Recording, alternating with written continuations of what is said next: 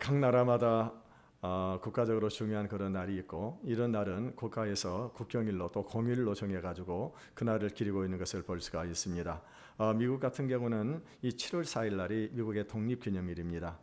미국은 1774년도에 13개 주로부터 이제 이 독립을 하게 되고, 그리고 난 다음에 독립선언서를 작성을 하게 되었습니다. 그래서 미국에는 7월 4일 날이 되게 되면은 독립기념일로 지키게 되는데, 그때는 어떻게 합니까? 미국 전역에서 뭡니까? 이 축포가 올라가기도 하고, 그러고 난 다음에 여러 가지 행사를 하고, 또 가족들과 함께 휴일을 즐기는 그런 모습을 볼 수가 있습니다.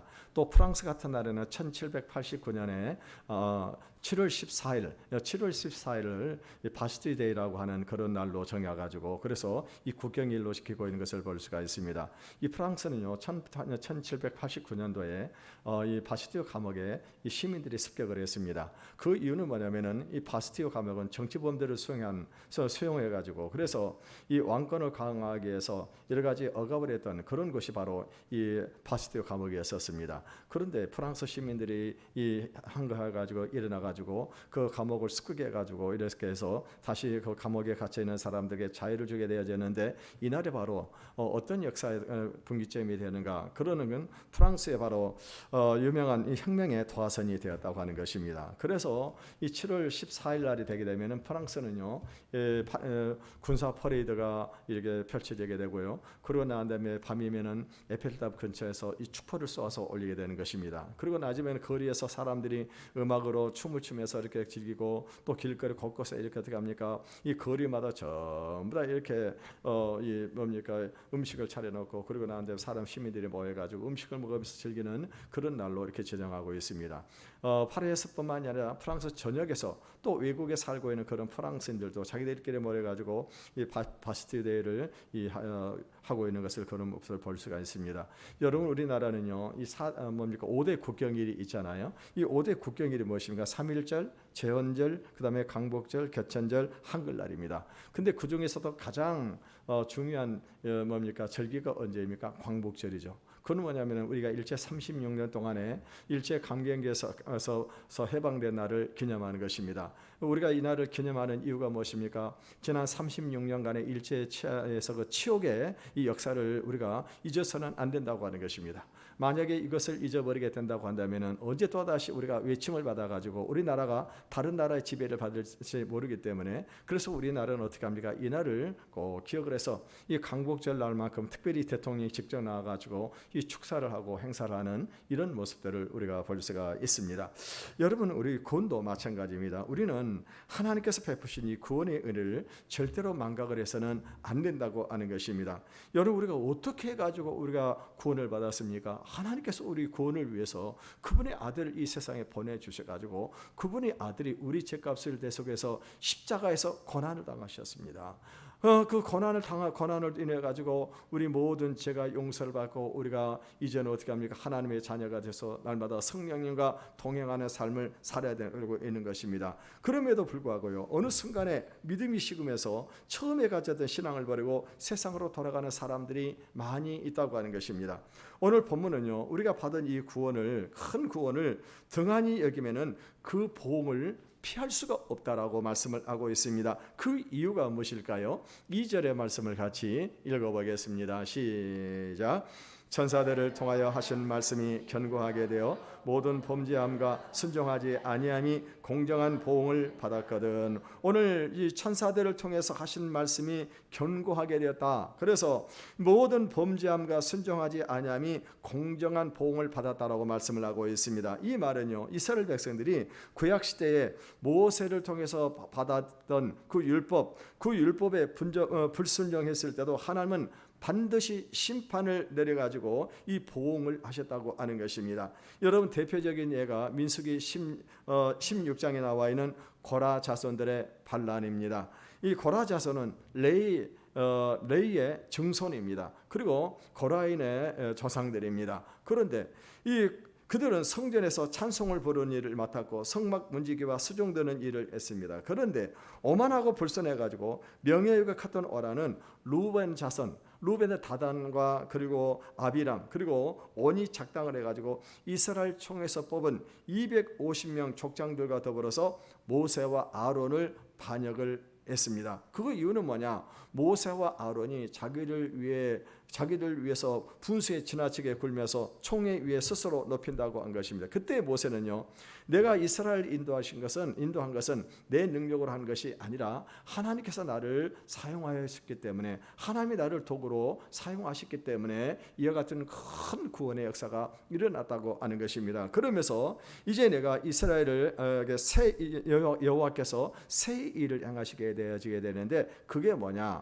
그거는 바로 이제 땅이 입을 벌려가지고, 그래서 이 땅이 입을 벌어서 지금 이렇게 여호와를 거역하는 이 사람들과 그 가족들을, 그리고 그 모든 소유를 삼키게 되면은 이것을 통해 가지고 이 일이 여호와께서 하신 일이라고 하는 것이 증거가 될 것이다라고 그렇게 선포를 하게 되어집니다. 근데 그 순간에 어떤 일이 벌어지게 됩니까? 갑자기 모세에 의해서 이 말씀이 선포되어지는 순간에 지진이 일어나면서 땅이 쩍 벌어지게 되는데, 그들이 지금 그 작당을 하고 모여있는 그 사람들, 그 가족들이 있는 그곳에 어떤 일입니까? 거기에 있는 그 사람들, 가족들, 그 모든 소유가 전부 다 지진이 쩍 벌어지면 그 안으로 전부 어떻게 합니까?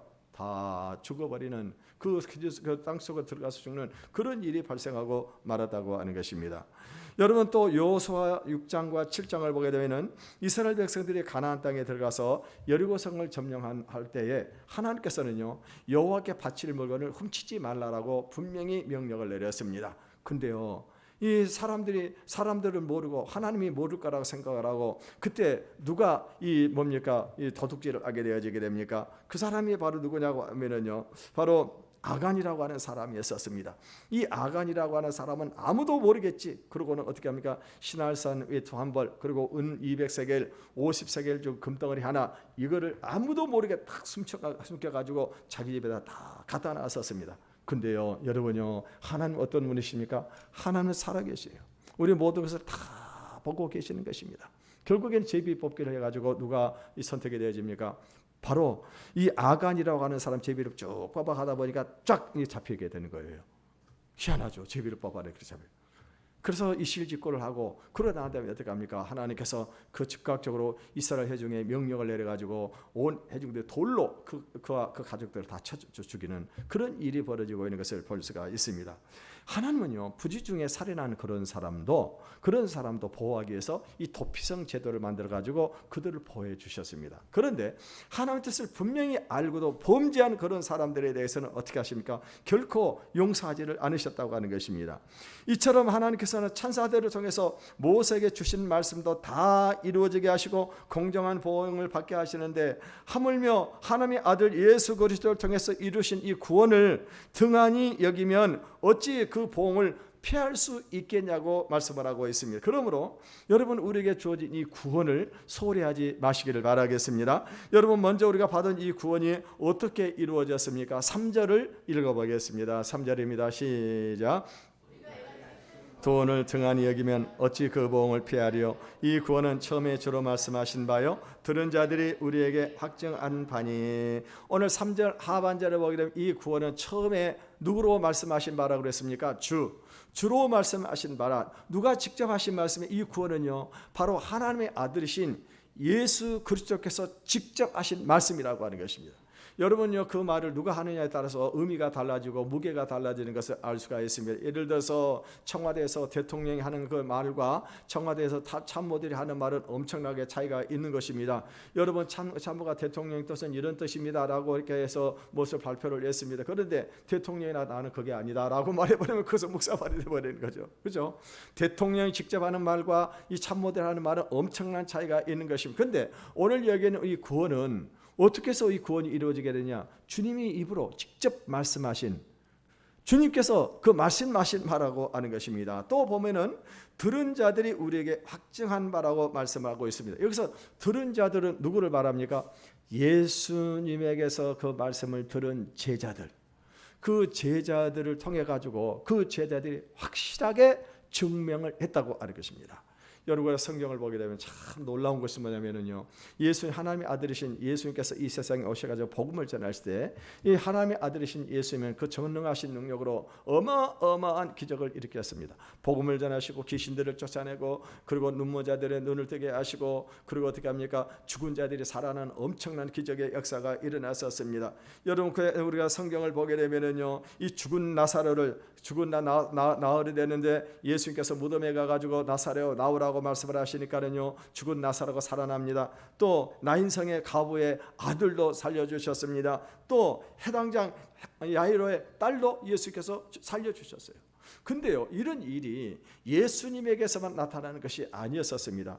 여러분, 이 예수님의 제자들을 통해서도 똑같은 일이 벌어지게 되는 겁니다. 그래서 어떻게 합니까? 그래서 이 사도 바울 같은 경우에는요, 이두고라고 하는 청년이 다락에서 떨어져 죽었는데 그 청년을 살려냅니다. 그리고 이 사도 바울이 가지고 있던 수건만 가지고도, 그리고 가서 병든 자에게 얹으면 어떤 일이 벌어지게 됩니까? 그럼 병든 자에 나와버리게 되는 겁니다. 여러분, 사도 베드로는 어땠습니까? 이 사도 베드로는요, 죽은 다비다를 살려냅니다. 그리고 사도 바울 어떻게 합니까? 이 사도 바울을 통해서 어마어마한 역사가 일어나게 된다고 하는 것입니다. 여러분요, 사도 바울과 요한이 성전 미문에 가가지고 나면서부터 안전병이 돼서 42년이 된 42살 된 그 사람이 거기서 그걸 알아갈 때 사도 바울이 이 요한과 더불어 주목을 하면서 우리에게는 은과 금은 없는데 내게 있는 것을 내게 주느니 곧 나사렛 예수의 이름으로 일어나 걸으라고 하니까 어떻게 합니까? 그 사람이 42년 동안 안진병이가 되어 있었어요. 여러분요, 안진병의 특징이 뭐냐면요, 여러분 그 다리를 보셨는지 모르겠어요. 다리를 보면요, 다리에 근육이 하나도 없습니다. 뼈만 있어요. 뼈하고 살가죽밖에 없습니다. 그런데요, 그 42년 된 그 안진병이가 잘 펄떡이를 걷고 뛰어버리는 거예요. 여러분, 이거는요, 지금도 마찬가지입니다. 지금도 이 주의 종들을 통해 가지고 믿음의 사람들을 통해서 어마어마한 기적이 일어나고 있습니다. 여러분요, 암병에 걸려가지고 사형 선고를 받고 며칠 못 산다고 그러는데요, 어떤 사람도 주의 종 기도를 받고 그 자리에서 며칠 만에 다시 살아나는 그런 사람이 있습니다. 저쪽에 교회에 있을 때 어떤 분은요, 이 발바닥이 아파가지고 일어나서 걷지를 못하는, 발바닥이 아파서. 근데 가가지고 예배를 드렸습니다. 예배를 드리고 나니까 어떻게 합니까? 발바닥의 통증이 사라져 버리게 되는 것입니다. 어떤 사람은요, 임신을 못했던 사람인데 임신을 한 사람도 있고, 우리 교회 김상환 소심의 증인이잖아요. 서울에는 고대병원에 가가지고, 그래서 고대병원에서 이제 며칠 살지 못한다라고 그렇게 사형 선고를 내렸습니다. 그러는데 어떤 일이 벌어집니까? 깨끗하게 치유가 돼가지고 지금 이렇게 건강하게 이렇게 생활하고 계시고 전도하고 계시잖아요. 여러분, 이처럼요, 이 복음은 놀라운 하나님의 능력이 나타나서 질병만 치료하는 것이 아닙니다. 죽을 병만 고치는 것이 아닙니다. 이런 것들은 지극히 작은 한 부분에 불과한 겁니다. 여러분, 정말 중요한 것은 뭐냐면, 많은 사람들이 이 구원의 복음을 듣고 회개하고 새롭게 거듭남으로 영원히 구원을 받고 있다고 하는 사실입니다. 여러분, 우리가 영원히 구원을 받은 것이 왜 중요하냐? 여러분, 영원히 구원을 받았다고 하는 말은 어떤 의미를 가지고 있습니까? 하나님과 단절되었던 그 관계가 다시 회복이 되는 거예요. 회복이 되는 거예요. 회복이 되는 것입니다. 여러분, 이 세상에서 영원히 구원을 받지 못한 사람들은 아무리 이 세상에 돈을 많이 벌고 세상에서 성공의 높은 자리에서 그것을 누리고 산다 하더라도 결국은 어떻게 됩니까? 결국엔 죽습니다. 아무리 돈이 많아도 결국은 어떻게 죽어요? 굶어 죽습니다. 굶어 죽어요. 돈이 많아도. 아무리 권력을 가지고 있다면 그 권력을 다 내려놓고 다 죽고 어떻게 하면 심판을 지옥에 가게 되는 것입니다. 그런데 우리가 영원히 구원을 받으면 어떻습니까? 그때부터는 하나님과 우리가 연결이 되어 있는 그런 삶을 사는 것입니다. 그러니까 하나님이 어떻게 하세요? 우리의 모든 삶을 보호하시고 그분이 우리의 삶을 인도하시는 것입니다. 우리의 필요한 모든 것들을 다 공급해 주시는 거예요. 우리에게 영원한 생명을 주시는 것입니다. 그럼 우리는요, 죽어도 다시 살아나는 것입니다. 이것이 영원히 구원을 받는 겁니다. 여러분, 그러면은 우리는요, 이 영원한 생명을 얻을 뿐만 아니라 우리 인생의 모든 문제에서 다 해결이 되는 겁니다. 이처럼 구원의 복음은 당시 제자들만 아니라 오늘도 예수를 믿고 구원받는 사람들 통해서 끊임없이 증거되고 있다고 하는 사실입니다. 또 이 구원의 복음은 하나님께서도 친히 증거를 하셨습니다. 4절을 읽어보겠습니다. 시작. 하나님도 표적과 기사들과 여러 가지 능력으로 및 자기의 뜻을 따라 성령이 나누어 주신 것으로서 그분들과 함께 증언하셨느니라. 하나님께서 여러 가지 표적과 기사와 그리고 능력으로 지금 어떻게 하셨습니까? 이것을 증언을 하셨다고 말씀을 하고 있습니다. 여기서 이 표적은 무엇을 말합니까? 그것은 단순한 기적이 아니라 하나님이 함께 하신 하나님의 그 능력을 말하는 것입니다. 그러니까 이 기적이 아니라 이것은 하나님을 증명하기 위한 이적을 말하는 것입니다. 그리고 기사는 뭐냐? 이 초자연적인 권능이나 힘을 말합니다. 여러 가지 능력은 우리 인간이 할 수 없는 하나님만이 하실 수 있는 그 일입니다. 여러분, 예수님께서는 오셔가지고요, 맨 처음에 어떤 기적을 일으키셨습니까? 가나안 혼인잔치에 참석하셔가지고 거기서 물로 포도주를 만드셨습니다. 예수님은 죽은 자를 살리셨습니다. 여러분요, 예수님께서는 이 거센 풍랑도 잠잠하라고 입으로 말씀을 하실 때 어떤 일이 벌어집니까? 그 거센 풍랑이 잠잠해지는 그런 기적의 역사가 일어났다고 하는 것입니다.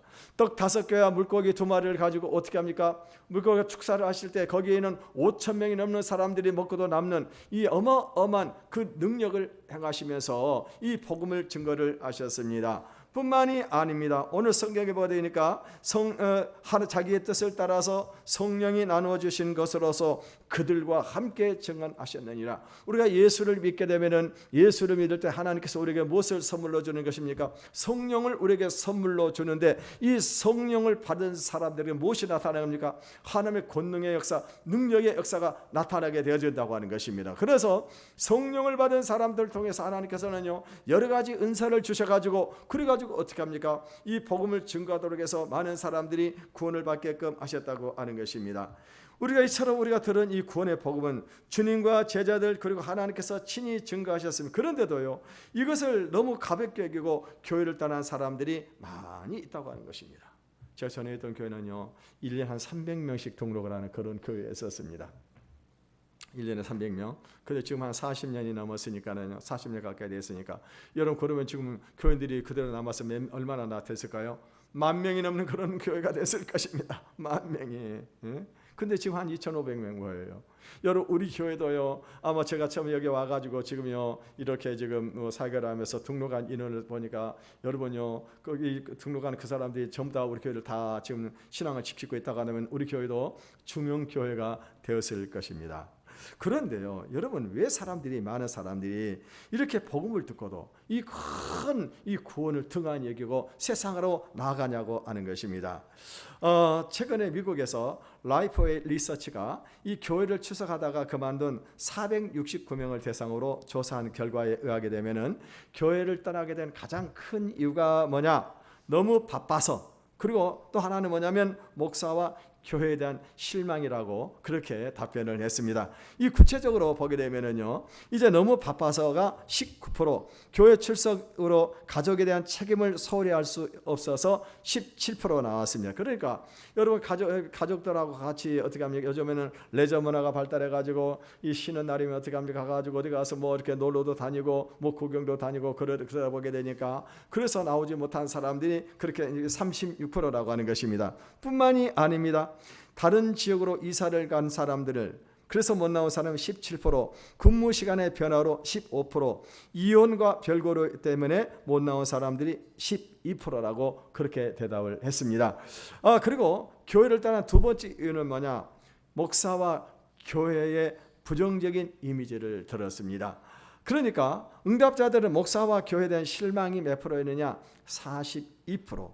또 성도들이 위선적으로 보이기 때문에 라고 대답을 한 사람이 22%, 남을 정죄하기 때문에 20%, 파벌을 지어서 참여할 용기가 나지 않기 때문에 12%라고 그렇게 조사 결과가 나오게 되었습니다. 그런데 여러분, 복음을 듣고도요, 교회를 떠나가는 근본적인 이유는 따로 있습니다. 우리 1절의 말씀을 읽어보겠습니다. 1절입니다. 시작.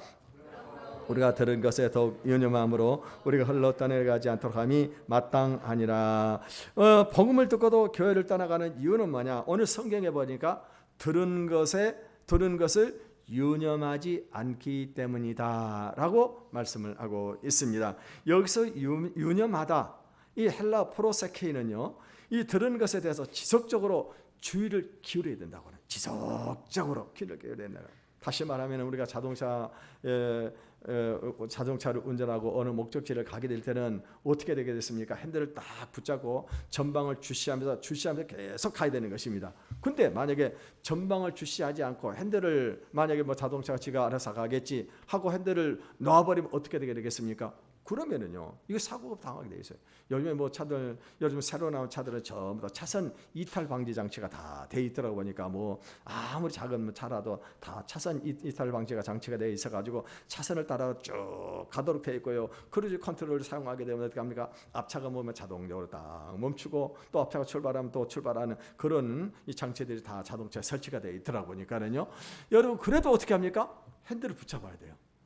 왜냐? 자기의 목적지로 가려고 하면 어떻게 해야 됩니까? 가다가 우회전을 하든지 좌회전을 해야 된다고 하는 겁니다. 근데 만약에 그냥 핸들을 낮춰버리고 그냥 지가 알아서 가겠지 하고 놔두게 되면 나중에 어떤 목적지에 도달을 하지 못하고 어떤 경우는 사고를 당할 수가 있다고 하는 것입니다.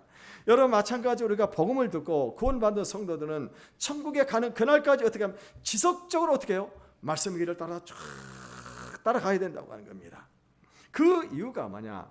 베드로전서 5장 8절 보게 되는 너희 대적 마귀가 우는 사자처럼 두루 삼킬 자를 찾고 있다고 그래서 지금요 우리 한순간에 방심하는 순간에 어떻게 하면 사단 마귀가 공격을 하게 되면은 그 공격에 다 넘어지게 된다고 하는 것입니다.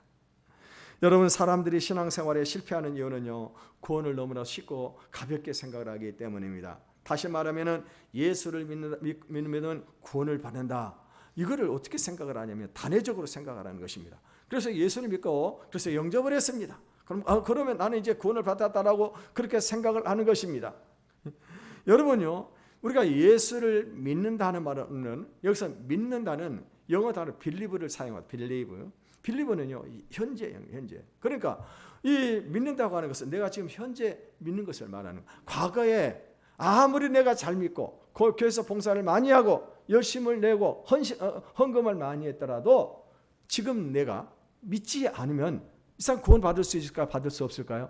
받지 못하는 겁니다. 그러나 과거에 내가 죄를 짓고 그리고 세상에서 살면서 그리고 내가 나쁜 짓을 해도 내가 회개하고 지금 예수를 믿으면 어떻게 될까요? 이 사람은 구원을 받을까요? 못 받을까요? 구원을 받는 거예요. 우리 에스겔서 33장 18절에서 19절을 읽어보겠습니다. 시작. 만일 의인이 돌이켜 그 공의에서 떠나 죄악을 범하면 그가 그 가운데서 죽을 것이요 만일 의인이 떠나 공의대로 행하면 그가 그로 말미암아 살리라. 신앙생활은 뭐가 중요해? 현재가 중요하다고 하는 거예요. 현재가 중요한 겁니다. 언젠가 한번은 교회 나오다가 안 나오신 분이 계셔가지고 저희 집사람하고 신방을 갔습니다. 그랬더니 이분이 무슨 말을 하냐면은 목사님 제가 교회는 안 나가도요 예수 믿습니다. 하나님 믿습니다라고 얘기를 하더라고요. 여러분 우리가 알아야 될 것이 뭐냐면은 하나님을 믿는다고 하는 의미가 무엇을 말하는 것입니까? 이걸 알아야 돼요. 이걸 모르니까 자기는 믿는다는 거예요. 여러분 믿는다고 하는 말은 무엇을 의미할까? 내가 하나님의 말씀을 따라 그대로 순종하는 것이 믿는 겁니다. 그리고 내가 죽는 거예요. 예수님이 십자가에서 죽었을 때 내가 같이 십자가에 못 박히는 겁니다. 그럼 나는 누구 것이에요? 내 몸이 아니에요. 내 몸이 아닙니다. 내 멋대로 사는 사람이 믿는 사람입니까? 이것은 믿는 사람이 아니라고 하는 것입니다. 그래서 우리 예수 믿는 사람은 어떻게 합니까? 자기의 삶 속에 뭐가 나타나는 거예요? 예수 그리스도가 나타나는 거예요. 이 사람이 믿는 사람입니다. 이 사람이요. 여러분 그래서 우리가 과거의 신앙도 중요하지만 현재의 신앙이 더 중요한 거예요. 과거는 소용없어요. 과거는 현재 내가 믿느냐 이게 중요한 것입니다. 물론 우리가 신앙생활을 끝까지 하면서 열심히 봉사하는 그런 분들에게는요 하늘에서는요 큰 면류관이 있는 것을 믿으시길 바라겠습니다. 그래서 끝까지 승리해야 되는 것입니다. 그러니까 신앙은 현재가 중요합니다. 두 번째는요 세상의 유혹이 너무 강하기 때문입니다. 1절을 다시 읽어보겠습니다. 1절 시작. 그러므로 우리가 들은 것에 더욱 유념함으로 우리가 흘러 떠내려가지 않도록 함이 마땅하니라. 오늘 본문 하반절을 보니까 떠내려가지 않도록 함이 마땅하니라 말씀을 하고 있습니다. 여기서 떠내가는다고 하는 말은 거세게 흐르는 물에 강물에 배가 떠내려가는 것을 말하는 것입니다. 또 반지가 손가락에서 빠져나가는 것을 말하는 거예요. 여러분 옛날에 시골에 보게 되면은요, 강가라든가 바닷가에 이렇게 배가 이렇게 다 이렇게 밧줄에 묶여가지고 딱 있는 것을 봅니다. 근데 어린 아이들이 옛날에 놀 곳이 없으니까 어떻게 합니까? 바닷가나 강가에 가가지고 이렇게 줄을 당겨가지고 그래서 어떻게 합니까? 당겨가지고는 이제 배가 그래서 아이들 그 위에 올라가가지고 거기에 있는 뭡니까? 작대기를 가지고 왔다 갔다 하는 겁니다. 그렇게 놀다가 보니까 재미가 있는 겁니다. 근데 담이 큰 놈이 한 놈이 있다가 한 마리, 야, 그러지 말고 저 밧줄을 끌려가지고 우리 마음대로 돌아다니자. 그래가지고 어떻게 하면 밧줄을 끌렸습니다. 좀 이렇게 멀리도 가까이도 왔다 갔다 하다 보니까 점점 멀리 가는 거예요. 조금만 더 나가면 어떤 곳을 갑니까? 강물이 엄청나게 빠른 곳을 가게 되면은 거기에 빠지면 어떻게 합니까? 못 돌아오는 거예요. 결국은 어떻게 합니까? 흐르는 강물에 빠져가지고 폭포에 떨어져 죽게 된다고 하는 것입니다. 그러면 여러분요, 우리가 어떻게 해야만이 끝까지 이 신앙생활의 승리를 알 수가 있는가? 첫째는 배가 흐르는 강물에 따라가지 않도록 단단하게 붙잡아 매듯이 우리의 신앙을 교회에 단단하게 붙잡아 매야 한다고 하는 것입니다. 다시 말하면은요, 예배만큼은 절대로 빠져서는 안 되는 겁니다. 그래서 예배에 생명을 걸어야 되는 거예요. 예배에 대해서 생명을 걸어야 된다고 하는 것입니다. 여러분, 대부분의 신앙생활에 실패하는 이유는 뭐냐? 예배를 소홀하기 때문에 그렇습니다. 그러다 보니까요, 나중에 모임이라든가 아니면 또 몸이 피곤하다거나 아니면 여러 가지 이유로 해가지고 한번 빠지게 됩니다. 한번 빠지는데 그게 중요한 게 아니에요. 한번 빠지고 나면 어떻게 하면 다음에 또 한 번 더 빠지는 것입니다. 그러다 보면 어떻게 합니까? 자, 이제 나중에는 자주 빠지다 보면 어떤 경우는요, 한 달에 한 번씩 빠지고 나중에는 두세 번 빠지고 그러고 난 다음에 어떻게 합니까? 나중에는요, 아예 안 나와요. 그러고 난 언제 옵니까? 성탄절날. 성탄절 한 번 오는데 그때 이제 그러다가 어떻게 합니까? 아예 신앙을 까먹고 한다고 하는 것입니다. 여러분, 그래서 그렇게 되지 않기 위해서는 교회 중심, 예배 중심의 삶으로 자신의 삶을 단단히 매야 합니다. 그러니까 신앙생활에서 성공하려면, 실패하지 않으려면 어떻게 되느냐? 우선순위가 중요한 겁니다. 우선순위. 내가 어떤 일이 있더라도, 천지의 개벽이 일어나더라도 어떻게 합니까? 주일 성수만은 생명으로 지켜야 되겠다고 하는 것입니다. 우리 성도들 가운데 보니까 한 90% 정도는 지금은 주일 성수를 잘하고 있는 것 같아요. 근데 10%는 정도는 어떻게 합니까? 10%가 잘 안 되는 분들이 계시는 것 같아요. 여러분이 주일 성수, 여기에 생명을, 천지가 개벽이 일어나도 주일 성수해야 되겠다. 천지가 개벽이 일어난 어떤 일입니까? 주님이 재림하시는 날이에요. 주님이 재림하시는 날입니다. 우리 이렇게 굳게 신앙을 맺지 않으면요, 실패하기가 쉽습니다. 사실 하나님께서 우리를 이 세상에 구원하신 목적이 무엇입니까? 우리의 예배를 받으시기 위해서였어요. 우리 이사야 43장 21절을 읽어보겠습니다. 시작. 이 백성은 내가 나를 위하여 지었나니 나를 찬송하게 하려 함이라. 하나님께서 우리를 지으신 목적이 뭐냐고요? 찬송을 받으시기 위해서, 우리의 예배를 받으시기 위해서. 요한복음 4장 23절도 읽어보겠습니다. 요한복음 4장 23절 다음 시작. 예배하는 자들은 영과 진리로 예배할 때가 오나니 곧 이때라. 아버지께서는 자기에게 이렇게 예배하는 자들을 찾으시느니라. 하나님께서는 영과 진리로 예배하는 자들을 지금 찾고 계시는 거예요. 찾고 계시는 것입니다. 여러분, 초대교회 성도들을 보십시오. 초대교회 성도들은요, 예배를 드린다는 이유로 그들은 핍박을 받았습니다. 박해를 당했습니다. 그들은 예배를 드린다는 이유로 매를 맞고 감옥에 들어갔습니다. 예배를 드린다는 이유로 그들은요, 순교를 당했어요. 여러분, 로마 제국 당시에 여러분 성도들이 예배를 드린다는 그 이유를 어떻게 했습니까? 로마의 황제들은요, 이 기독교를 박멸하기 위해서 어떻게 했습니까? 그들을 사자골에 집어넣어 가지고 사자밥이 되게 했습니다. 그리고 화형에 쳐넣어가지고 불에 태워 죽겠어요. 그럼에도 불구하고 어떻게 합니까? 성도들은 이 예배를 포기할 수가 없었던 것입니다. 이 예배에 생명을 걸었어요. 그러더니 어떻게 합니까? 그것을 지켜보던 그 많은 사람들이 정말 하나님이 살아계시구나. 그러면서 그렇게 그들이 화형에 처하고 사자골에 집어넣어도 그들이 예배를 포기하지 않으니까 이 부흥이 일어나 버리게 되는 것입니다. 결국에는 로마 제국이 어떻게 합니까? 콘스탄티누스 황제 때 이제 기독교 로마의 국가로 공인을 하고, 그리고 이 주일날 예배를 온전히 드리게 하기 위해서 콘스탄티누스 황제가 무엇을 했어요? 토요일날을 반공휴일로 정했습니다. 그래서 토요일날을 어떻게 하는 날이냐? 토요일날은 주일날 예배를 온전히 드리기 위한 준비하는 날로 반공휴일로 정해가지고, 그래서 주일날 온전히 예배를 드릴 수 있도록 했다고 하는 것입니다. 여러분 우리나라는 사실요 휴일이 없었습니다. 옛날에 제가 어렸을 때요, 우리 어렸을 때는요 노는 날이 없었습니다. 일요일 날이 없었어요. 이 365일 일했습니다. 언제 일했느냐? 명절에, 시험날이냐 명절에, 그것도 잠깐 그렇게 365일 죽으라고 일만 하던 그런 민족이었었습니다. 근데 기독교가 우리 대한민국에 들어오면서 그때부터 일요일이라고 제도가 생긴 거예요. 왜요? 예배를 드리라고 하는 거예요. 예배를. 그리고 방경을 똑같이 해가지고 준비하고 예배를 드리라고 하는 것입니다. 그러면서 지금 이제는 주 5일 근무제가 돼가지고 어떻게 합니까? 이틀간을 쉬잖아요. 쉬지 않아요? 근데 예배를 안 드리면 그 사람이 양심이 있는 사람이 없는 사람이에요? 양심 없는 사람이지. 예배 드리라고 이렇게 공일까지 해가지고 이 나라에서 해줬는데 예배 안 드리는 그 사람은 양심이 없는 사람이죠.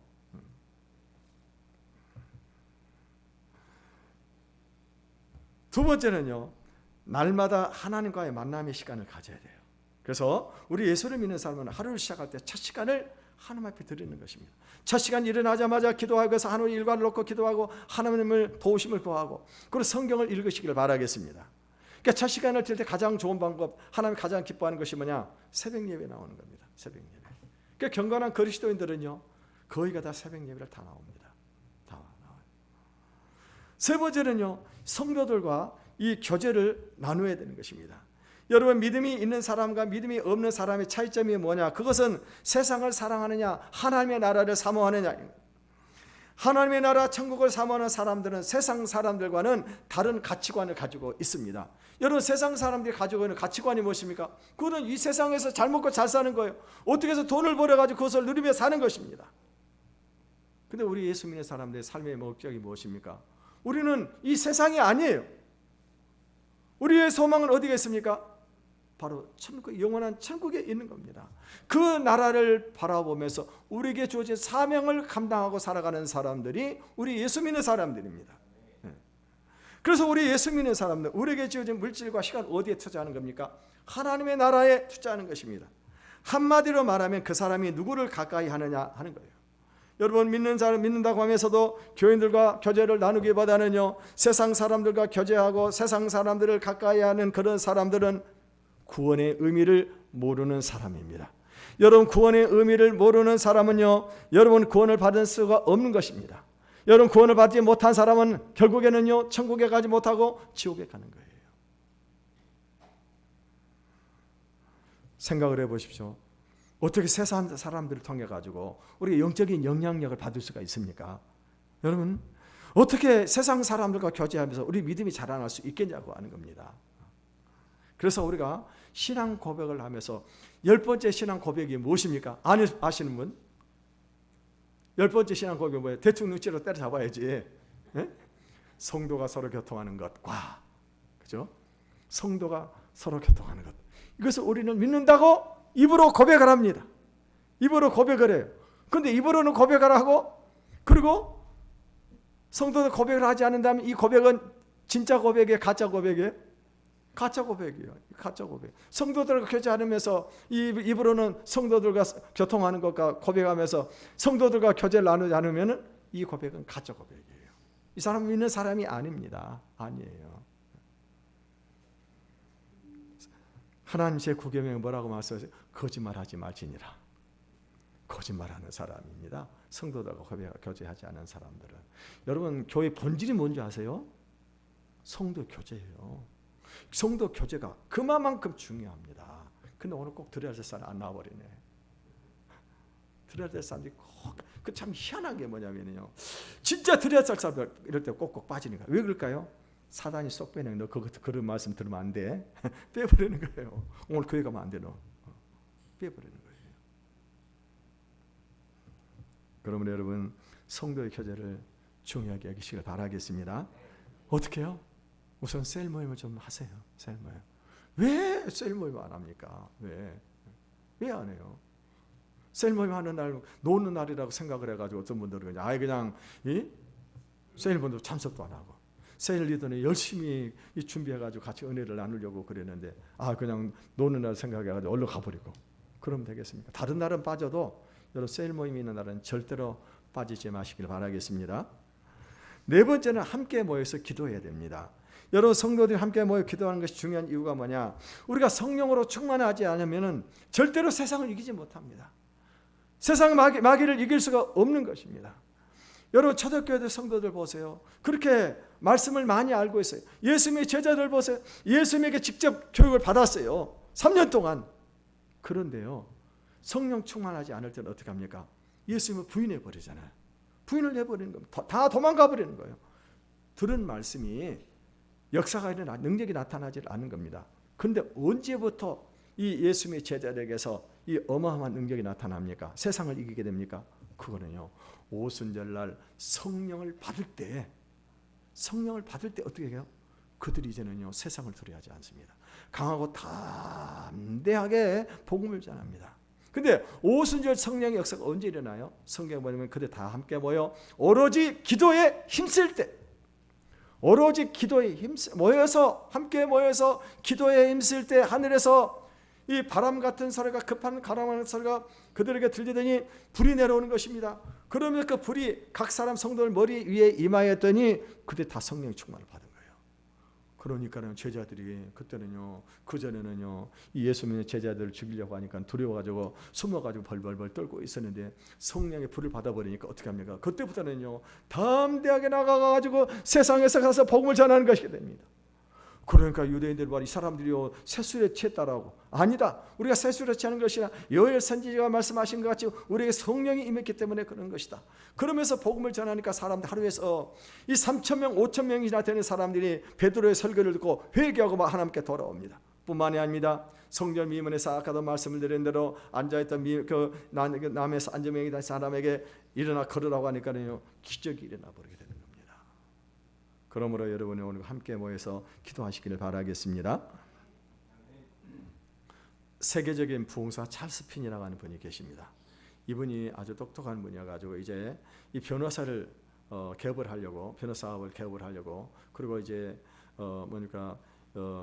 판사 사무실에서 이렇게 지금 잠시 기다리고 있었습니다. 근데 그때요 하나님의 음성이 들린 거예요. 찰스 핀이야, 네, 너 변호사가 되면 무엇을 하려고 그러니? 그랬더니 부자가 되려고요. 부자가 되려고. 그래? 그러면 부자가 되고 난 다음에 그 다음에는 이제 죽겠죠. 그래. 그러는데 또 물어보는 하나님. 그 다음에는 하나님 심판이 있겠죠. 하나님의 심판이 있다는 그것을 자기 입으로 대답을 했습니다. 근데요, 그때 너무나도 두려운 거예요. 내가 인생을 이렇게 살아가지고, 내가 세상의 목적을 가지고, 이 돈 벌 목적을 가지고 세상을 즐기기 위해 살다가 내가 결국에는 심판을 받고 지옥에 들어가겠구나. 그 순간에 너무나도 두렵고 떨린 거예요. 그 자리에 앉아 있을 수가 없었습니다. 그래서 찰스 핀이는요 숲속으로 달려갔습니다. 숲속으로 달려가지고 거기서 내가 하나님과 화해하기 전에 내가 이 자리를 떠날 수가 없다. 그래서 하나님 앞에 간절히 부르짖어서 기도를 했었습니다. 그때 하나님께서 그에게 성령을 부어주셨는데 이 찰스 핀이를 통해 가지고 미국에게 대부흥의 역사가 일어났었습니다. 수만 명의 사람들이 구원을 받는 역사가 일어나게 되어졌다고 하는 것입니다. 오늘 본문을 결론을 우리가 성경을 한 줄을 읽고 그리고 결론을 맺도록 하겠습니다. 히브리서 9장 27절을 읽어보겠습니다. 시작. 한 번 죽는 것은 사람에게 정하신 것이요 그 후에는 심판이 있으리라. 여러분 성경은 무엇을 말씀하고 우리 모두는 다 죽습니다. 이 세상에 있어서 모든 사람은 다 죽고 우리들도 죽게 될 것입니다. 그런데 그 위에 뭐가 있다고요? 심판이 있다. 반드시 심판이 있는 것을 믿으시기를 바라겠습니다. 여러분 우리가 들었던 이 큰 이 구원을 우리가 등한히 여기게 되면 그 봉을 어떻게 우리가 피할 수 있겠습니까? 오늘은 이 구원을 우리 가슴에 깊이 새기시기를 바라겠습니다. 단단히 닷줄로 매시기를 바라겠습니다. 날마다 믿음으로 승리하시기를 바라겠습니다. 그래서 하나님 앞에 섰을 때 잘했다 칭찬을 받는 저 여러분의 삶이 되시기를 주님의 이름으로 축원을 드리겠습니다. 이 시간